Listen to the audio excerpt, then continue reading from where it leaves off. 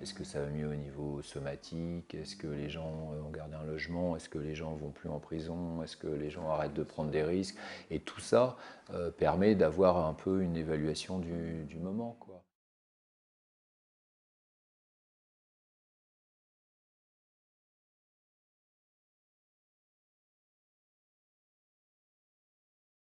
Au niveau d'addiction, ce qui est intéressant de comprendre, c'est que c'est des problématiques qui évoluent en fonction des époques, du temps.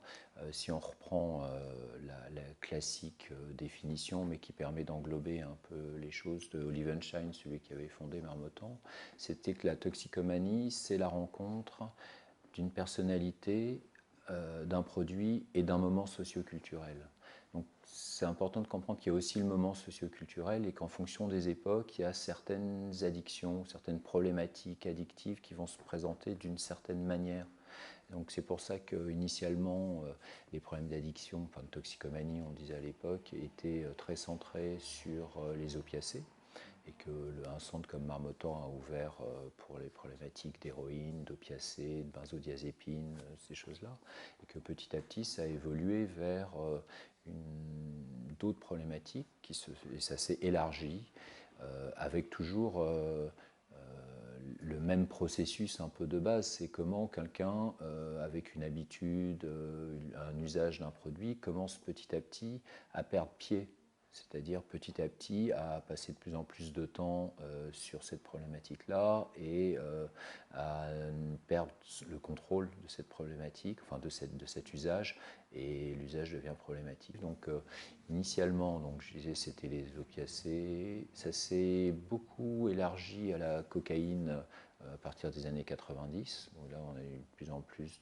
d'usagers de cocaïne.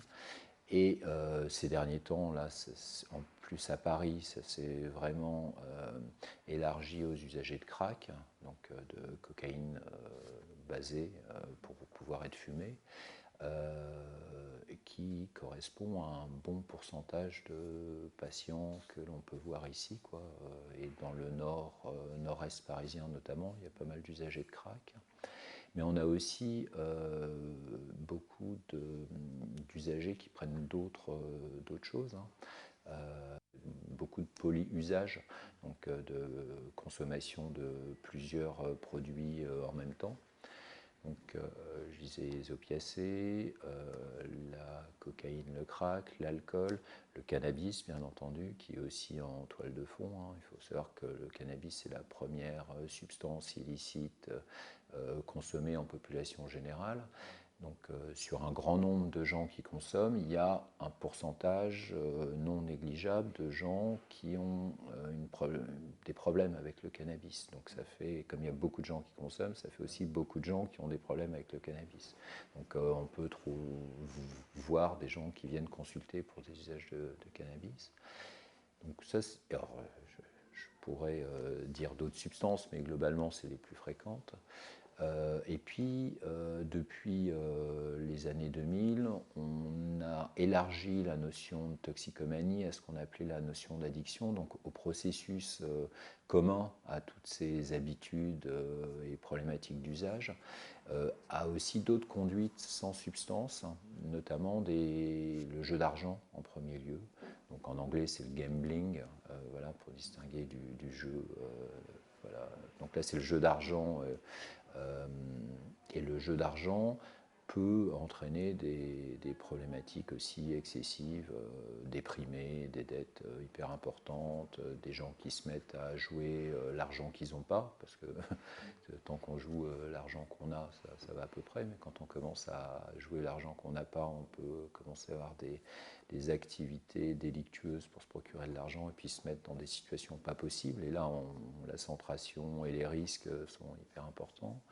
On a vu aussi des joueurs de jeux vidéo passer beaucoup trop de temps, ça c'est surtout chez les plus jeunes, donc être en panne scolaire, passer beaucoup de temps et qui certains donc n'avaient pas une vraie addiction, mais d'autres avaient vraiment développé une vraie addiction et perdaient complètement le contrôle par rapport à l'usage du jeu vidéo. L'Internet, mine de rien, depuis une quinzaine d'années, a beaucoup changé le paysage aussi des addictions pour des tas de choses, hein, enfin pour des tas de raisons. En termes d'offres de produits et de facilité pour se procurer des produits, mais aussi en termes de temps passé et de disponibilité, par exemple pour tout ce qui est matériel pornographique, et les gens qui passent beaucoup de temps là-dessus et qui peuvent avoir une vraie cyberaddiction sexuelle. Voilà, c'est quelque chose qui a beaucoup modifié. Alors, et ce qu'on voit récemment, c'est beaucoup d'usage de chemsex, donc ce qu'on appelle de problématiques de consommation de produits dans des contextes sexuels. Voilà. Et des gens qui perdent pied là-dedans complètement. Vous faites bien de parler de facteurs qui peuvent amener à tomber dans l'addiction, dans le sens où on n'a pas découvert de cause unique qui expliquerait pourquoi quelqu'un tombe dans une addiction. Enfin, tombe, voilà, on ne tombe pas vraiment, c'est plutôt un processus qui petit à petit, progressivement, fait qu'on peut perdre pied ou pas. Alors il y a différents facteurs, effectivement, des facteurs qui sont individuels, c'est-à-dire une vulnérabilité que quelqu'un aurait à être plus fragile par rapport à une addiction. On sait par exemple que plus il y a des consommations tôt, plus quelqu'un va être vulnérable à développer une addiction. Mais on sait aussi que des facteurs environnementaux, psychologiques notamment, peuvent être favorables à faire en sorte qu'on développe une addiction. C'est-à-dire que quand on a eu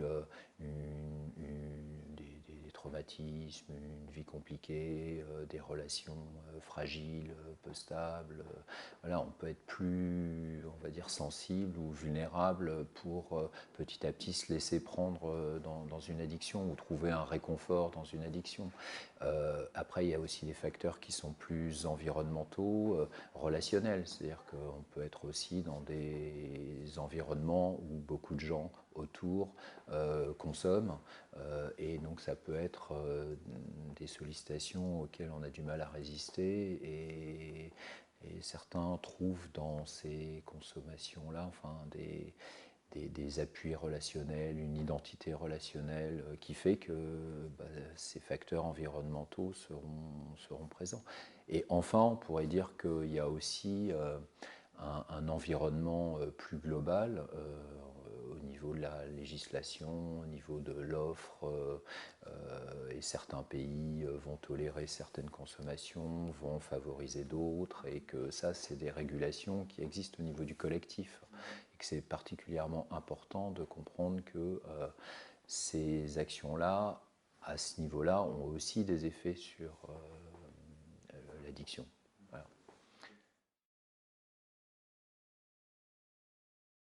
Oui, le phénomène des addictions, c'est quelque chose de très contemporain, effectivement. Depuis les années 70, le phénomène s'est durablement installé, et c'est bien plus qu'une maladie. C'est pas simplement un problème individuel, c'est aussi un problème plus collectif. On a parlé de société addictogène, c'est-à-dire qu'une tendance à une société où on est poussé vers la consommation, vers les solutions qui court-circuitent un peu les solutions qui prendraient plus de temps, vers l'hypermédicalisation et la tendance à avoir recours à un produit rapide qui fait rapidement, oui. Alors, plus la guerre à la drogue qui, bien entendu, enfin bien entendu, paradoxalement, au contraire, n'a rien arrangé et au contraire fait en sorte qu'il y ait une diffusion encore plus grande dans le monde occidental des produits censés être illicites. Là, on est au début du XXe siècle face à une épidémie, enfin un phénomène massif de consommation et d'usage. Alors, il y a les usages et puis il y a l'addiction, c'est-à-dire ceux qui ne parviennent pas à gérer ces usages-là. Une des choses assez caractéristiques, c'est qu'il n'y a pas de parcours type, ou alors plutôt le parcours type est fait d'allées et venues, fait d'interruptions, revenu dans les soins. Donc c'est plutôt ça qui est typique. C'est le fait que quelqu'un peut s'engager dans les soins, aller mieux, ça va mieux à un moment dans sa vie, il peut rechuter, voilà, et que la rechute fait souvent partie du processus. Alors il n'y a pas non plus de porte d'entrée, comment dire, standard. C'est-à-dire que, comme on dit souvent, il y a plusieurs portes d'entrée possibles. C'est-à-dire que certains arrivent avec leurs problématiques addictives par le social, c'est-à-dire qu'ils ont eu tellement de problèmes au niveau logement, hébergement, des dettes que c'est ça qui va faire qu'on va les aider à ce niveau-là. Il y en a qui arrivent par le somatique parce qu'ils ont une complication au niveau du foie, au niveau pulmonaire, au niveau cardiovasculaire, et donc on va les aider à ce niveau-là. Il y en a, c'est plus au niveau psychiatrique ou psychologique parce qu'ils sont déprimés, parce qu'ils ont des idées suicidaires, et là ça va être la porte d'entrée. Il y en a, c'est plus au niveau familial, avec l'entourage, les presses, voilà. Donc ça fait plusieurs portes d'entrée qui ne sont pas standards, mais on comprend bien que c'est ce qui devient problématique, qui va pousser quelqu'un à demander de l'aide. Et nous, en général, on part de ce qui est problématique et ce pourquoi les personnes peuvent venir à un moment donné.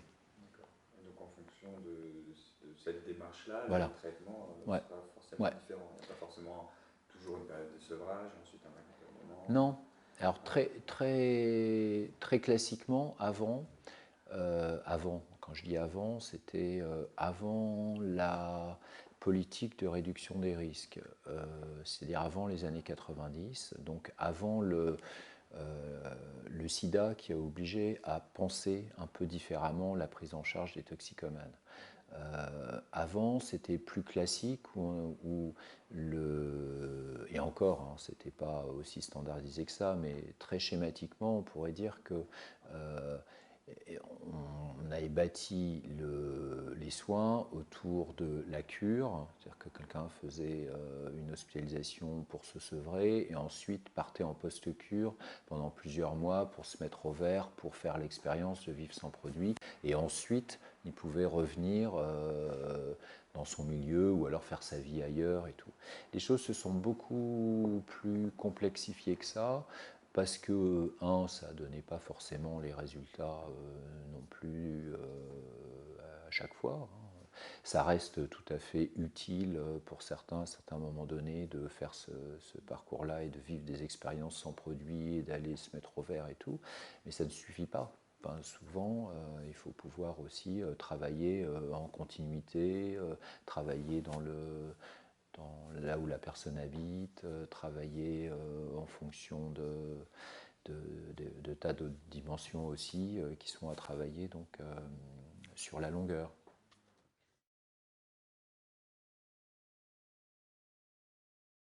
Autrefois, on peut dire ça comme ça, on parlait de cure de désintoxication. Et alors cette idée de cure de désintoxication, c'est une curieuse idée dans le sens où c'est comme si la personne était intoxiquée, donc ça veut dire que le modèle auquel on se réfère quand on parle de cure de désintoxication, c'est un modèle un peu d'infestation, un modèle un peu comme si la personne était infectée ou intoxiquée par un produit ou par quelque chose qui fait qu'il faudrait s'en débarrasser et faire une cure pour s'en désintoxiquer. C'est un modèle, c'est une manière de réfléchir à cette question-là, de se représenter cette question-là. C'est pas tout à fait vrai. Une habitude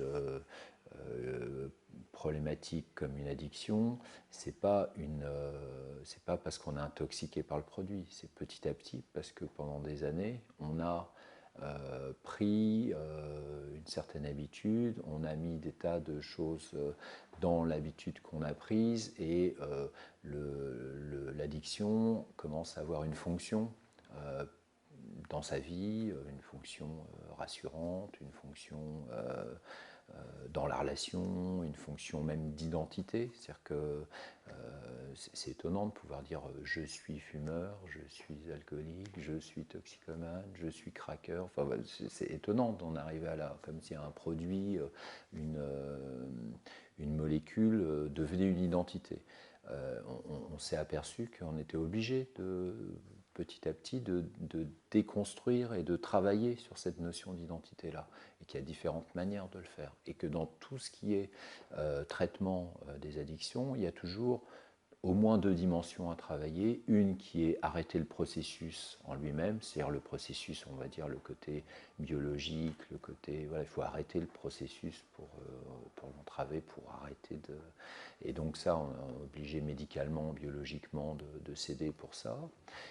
Mais il y a une autre part qui est le côté sens que ça a pour la personne et la fonction que ça a pu prendre dans la vie et la place que ça a pu prendre dans la vie d'une personne. Et ça, c'est quelque chose qui se travaille souvent dans la continuité, qui se travaille par des expériences. C'est pour ça que des centres, des fois comme en Amérique latine, là, peuvent être importants, ou alors des séjours en post-cure ou des séjours en communauté thérapeutique sont particulièrement importants parce que les gens peuvent prendre le temps de retrouver un sens à leur vie, et donc plus ils multiplient des expériences, mais c'est pas les expériences en soi, c'est les relations, enfin, qu'ils vont vivre et les nouvelles identités qu'ils vont trouver dans ces relations qui vont être importantes. Les traitements en 12 étapes qui sont les traitements narcotiques anonymes, alcooliques anonymes qui existent dans les addictions depuis longtemps vont dans ce sens-là. Voilà, d'essayer de se reconstruire et de retrouver un nouveau sens à travers les relations qu'on peut avoir. Comment penser sa relation avec l'addiction? Est-ce qu'il y a des quêtes peut-être similaires, spirituelles dans l'addiction? Comment, comment comprendre ce phénomène-là d'émergence de la spiritualité comme une potentielle porte de sortie? Est-ce que c'est quelque chose que vous constatez aussi? Oui, oui, bien sûr. Souvent, c'est pas qu'une porte de sortie, c'est aussi une réponse à la quête de sens que peuvent avoir certaines personnes qui sont embarquées dans une addiction.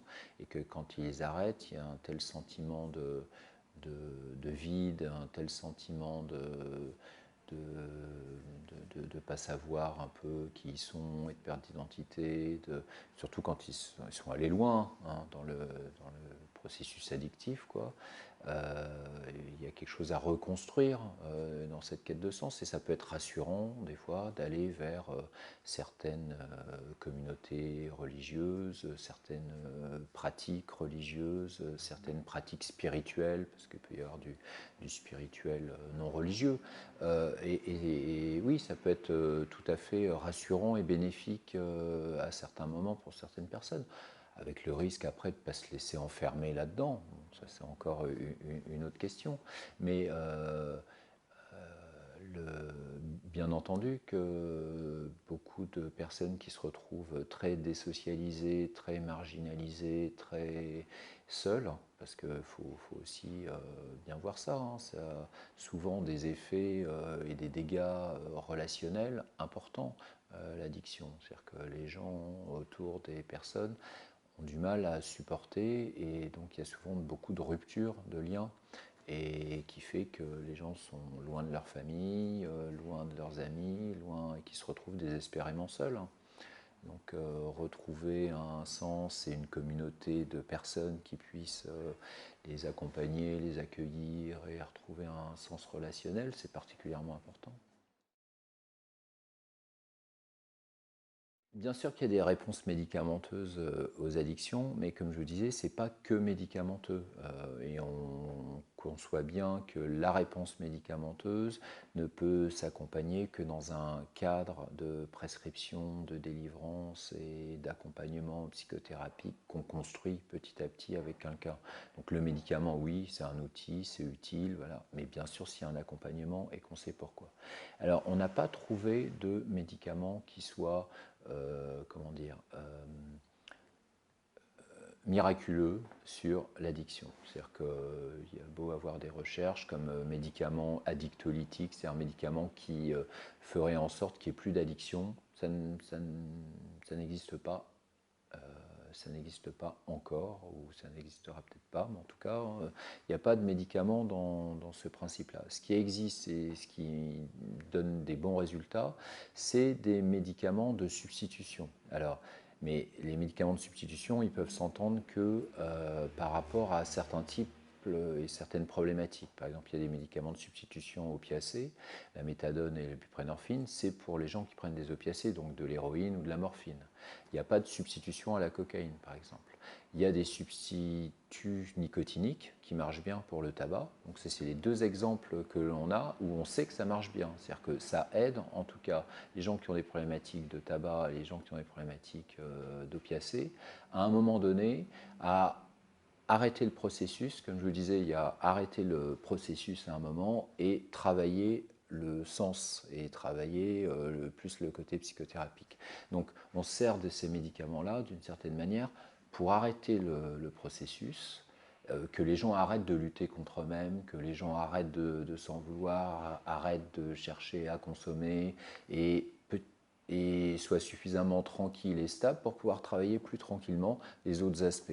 Voilà, c'est un peu ça la stratégie des soins, et avec les traitements de substitution d'un côté et un accompagnement psychothérapique. Alors après, il y a aussi tout un accompagnement autour d'ateliers psychocorporels, parce que souvent on met à mal son corps qu'on a un peu désinvesti dans la consommation de produits, et de faire des ateliers, se reconnecter avec ses sensations, avec ses émotions, et de travailler sur la manière dont on peut réguler et qu'on peut supporter ses émotions. C'est une part importante de ce travail-là. La plupart des gens, du fait des consommations, ou même avant, du fait de troubles émotionnels, de choses comme ça, n'arrivent pas à réguler leurs émotions. Et donc c'est pour ça qu'ils trouvent facilement dans les consommations des manières de se calmer, de réguler les émotions. Donc il y a tout un apprentissage, réapprentissage à faire avec ses émotions, à faire avec les relations, voilà, à vivre. À vivre. Ouais. Voilà. Et petite question de complément Ouais. sur justement la sortie ensuite de ces médicaments de compensation Ouais. est jamais problématique, c'est-à-dire est-ce qu'on c'est une étape Ouais. finalement après de plus rien consommer. Alors, alors les traitements de substitution aux opiacés, par exemple, sont quand même des traitements qui souvent sont pris pendant de longues périodes. C'est-à-dire que ça aide à stabiliser les choses, mais par expérience, on sait que pour travailler après les différents aspects, et puis petit à petit parvenir à ne plus reconsommer, à trouver une certaine stabilité, à mieux vivre, ça prend du temps, souvent plusieurs années. Euh, Certains qui parviennent à aller mieux, on travaille avec eux à diminuer et arrêter ces traitements de substitution. Ça prend souvent plusieurs années. Et certains, ils arrivent à une certaine stabilité, mais c'est difficile d'aller plus loin, c'est-à-dire de diminuer les traitements de substitution, et on continue le temps nécessaire, du moment que ça permet une certaine stabilité. Il arrive malheureusement que certains mésusent les traitements de substitution. Dans ce cas, il faut travailler autrement, il faut trouver des alternatives, il faut souvent trouver des manières de les aider, les entourer à nouveau, qu'ils fassent des séjours et des expériences un peu différentes dans des centres de post-cure, dans des communautés. Voilà. C'est-à-dire que les ressources relationnelles et l'accompagnement restent nécessaires. Les médicaments sans accompagnement sont pas suffisamment utiles. Bah oui. Mais c'est vraiment quelque chose de long, l'accompagnement. Hein, parce que il faut bien comprendre que quelqu'un qui est sévèrement, qui est allé loin dans un processus addictif, pour s'en sortir et pour en revenir, c'est compliqué. En quelque sorte, il est amputé de quelque chose qui était central dans sa vie, quoi. Ouais. Pour redonner place à Ouais.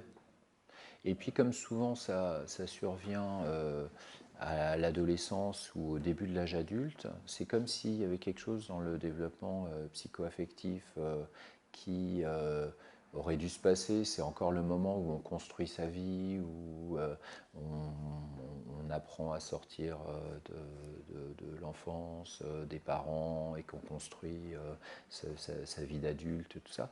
Toutes ces choses-là, pendant ce temps, ils ne le font pas, ou ils le font de manière parcellaire, entamée, tout ça. Donc il y a encore des tas de choses qu'on construit et qu'on apprend